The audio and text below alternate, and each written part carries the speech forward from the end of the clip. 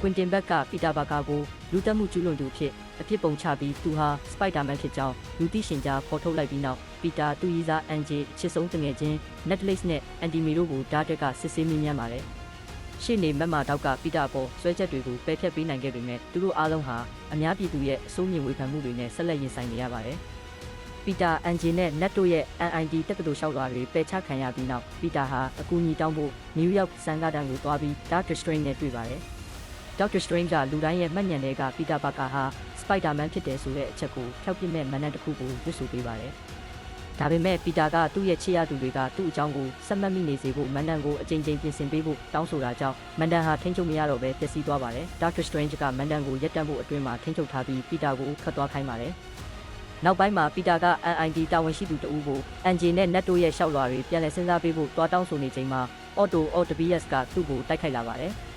Octavius ကပီတာရဲ့အာယွန်စပိုက်တာဝစ်စုံတွေကနာနိုနီးပညာကိုသူ့ရဲ့ဆက်လက်တံတွေနဲ့ဆွဲဖြုတ်လိုက်ပါတယ်။အဲ့ဒီနီးပညာကဆက်လက်တံတွေနဲ့ပေါင်းဆက်သွားပြီးနောက်ဆုံးမှာပီတာကဆက်လက်တံတွေကိုအနိုင်ယူနိုင်ခဲ့ပါတယ်။ Norman Osborn ရောက်လာပြီးတိုက်ခိုက်တဲ့အခါ Doctor Strange ကပီတာကိုဆန်ကတန်ထဲပြန်ပို့ပြီး Octavius ကိုကာယံထားတဲ့အခန်းထဲမှာထည့်ထားလိုက်ပါတယ်။အဲ့ဒီအခန်းဘေးမှာတော့ကတ်ကွန်နဲ့လစ်ဆက်ကိုလည်းချုပ်ထားပါတယ်။ Doctor Strange ကမန်ဒန်ကိုမထိန်ချုပ်နိုင်ခင်အချိန်မှာမန်ဒန်ကြောင့်တခြားစကြဝဠာတွေကစပိုက်ဒါမန်ရဲ့အစစ်အမှန်အမည်ကိုတည်ထားသူတွေဒီစကြဝဠာတွေကိုဆွဲခေါ်ခံလိုက်ရကြောင်းရှင်းပြပါတယ်။ဒါကြောင့်သူကပီတာအန်ဂျီနဲ့နတ်တို့ကိုအဲ့ဒီလူတွေကိုရှာဖွေဖမ်းဆီးဖို့အမိန့်ပေးပါတယ်။သူတို့ဟာအီလက်ထရိုနဲ့ဆက်မန်းတို့ကိုရှာဖွေတွေ့ရှိပြီးပြန်ခေါ်လာနိုင်ခဲ့ပါတယ်။တစ်ချိန်တည်းမှာပဲ Norman Osborn ဟာသူ့အတွင်းက Green Goblin ရဲ့ကိုရီကိုသွေးကိုပြန်လည်ထိန်းချုပ်နိုင်ခဲ့ပါတယ်။အန်တီမေကသူ့ကိုနှစ်သိမ့်ပေးခဲ့ပါတယ်။အဲ့ဒီနောက်ပီတာကသူ့ကိုပြန်ခေါ်လာပါတယ်။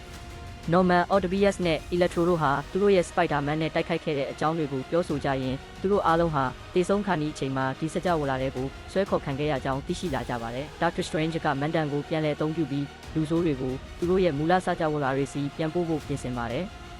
ဒါပေမဲ့ပီတာကသူတို့ကိုချက်ချင်းပြန်ပို့လိုက်ရင်သူတို့ဟာမူလစကြဝဠာမှာပြန်သွားပြီးတေဆုံးကြမှာဖြစ်တဲ့အတွက်အရင်ဆုံးသူတို့ရဲ့အစွမ်းတွေယူသွမှုတွေနဲ့ပြဿနာတွေကိုကုသပေးတင်တယ်လို့ပြောပါတယ်။ပီတာကမန်ဒန်ကိုခိုးယူပြီး Doctor Strange ကို Mystery Dimension ထဲမှာပိတ်ထားလိုက်ပါတယ်။အဲ့ဒီနောက်အန်တီမေနဲ့အတူလူဆိုးတွေကို Happy Hogan ရဲ့တိုက်ခန်းကိုခေါ်သွားပါတယ်။ပီတာက Octavius ကိုအရင်ဆုံးကုသပေးနိုင်ခဲ့ပါတယ်။ဒါပေမဲ့ Norman ရဲ့ Green Goblin ကိုရီကိုသွေးကပြန်လည်ထိန်းချုပ်လာပြီးမကုသရသေးတဲ့လူဆိုးတွေကိုပီတာအားတစ္ဆာဖောက်ဖို့စီယုံခဲ့ပါတယ်။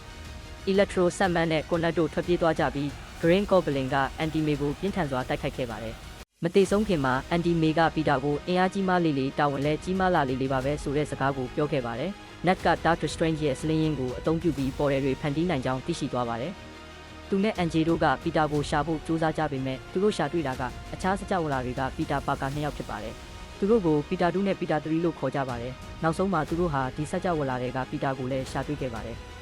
သူ့ကိုပီတာ1လို့ခေါ်ကြပါတယ်။ပီတာ1ဟာလူဆိုးတွေကိုသူတို့ရဲ့စကြဝဠာတွေစီပြန်ပို့ပြီးတေဆုံးခွင့်ပေးဖို့တောင်ဆုံးဖြတ်ထားခဲ့ပါတယ်။ဒါပေမဲ့ပီတာ2နဲ့ပီတာ3တို့ကသူတို့ကိုယ်တိုင်ချစ်ရသူတွေကိုဆုံးရှုံးခဲ့မှုတဲ့အကြောင်းတွေကိုပြောပြပြီးအန်တီမေရဲ့အမှတ်တရကိုဂုဏ်ပြုဖို့ဆက်လက်တိုက်ပွဲဝင်တင်ကြောင်းပီတာ1ကိုအားပေးခဲ့ပါတယ်။ထို့နောက်ပီတာ3ယောက်ဟာလူဆိုးတွေကိုကုသဖို့နီလန်းတွေကိုအတူတကွရှာဖွေဖန်တီးကြပါတယ်။သူတို့ဟာ Electro ဆက်မန်းနဲ့လစ်ဆက်တို့ကိုလွတ်လပ်ရေးရုပ်တုစီလှည့်စားခေါ်ဆောင်လာပါတယ်။ပီတာ1နဲ့ပီတာ2တို့ကလစ်ဆက်နဲ့ဆက်မန်းတို့ကိုကုသပေးကြပြီး Octavius လည်းရောက်လာက Electro ကိုကုသပေးပါတယ်။အဲ့ဒီအချိန်မှာနက်ကပေါ်တဲ့တစ်ခုကိုအသုံးပြုပြီးနေရာ Dimension ထဲမှာပိတ်မိနေတဲ့ Doctor Strange ကိုပြန်လွတ်ပေးနိုင်ခဲ့ပါတယ်။ဒါပေမဲ့ Green Goblin ကပြန်ပေါ်လာပြီးထိန်းချုပ်ထားတဲ့မန်နန်ကိုဖွင့်ထုတ်လိုက်ပါတယ်။အဲ့ဒီအခါတခြားစကြဝဠာတွေတဲကလူတွေဒီကဘာတဲကိုဆက်လက်ဆွဲခေါ်ခံလာပါတော့တယ်။ Doctor Strange ကသူတို့ကိုတားဆီးထားဖို့ကြိုးစားနေချိန်မှာဒေါသအလွန်ထွက်နေတဲ့ Peter 1က Green Goblin ကိုတက်ပစ်ဖို့ကြိုးစားပါတယ်။ဒါပေမဲ့ Peter 2ကသူ့ကိုတားဆီးခဲ့ပြီး Peter 3က Peter 1ကိုကူညီကာ Green Goblin ကိုကုသဆေးထိုးပေးနိုင်ခဲ့ပါတယ်။အဲ့ဒီနောက် Norman Osborn ရဲ့စိတ်ကို Green Goblin ကနေပြန်လည်ကယ်တင်နိုင်ခဲ့ပါတယ်။ Peter 1က Multiverse တစ်ခုလုံးကိုကာကွယ်နိုင်မဲ့တစ်ခုတည်းသောနီလန်ကလူတိုင်းရဲ့မှတ်ဉာဏ်တွေ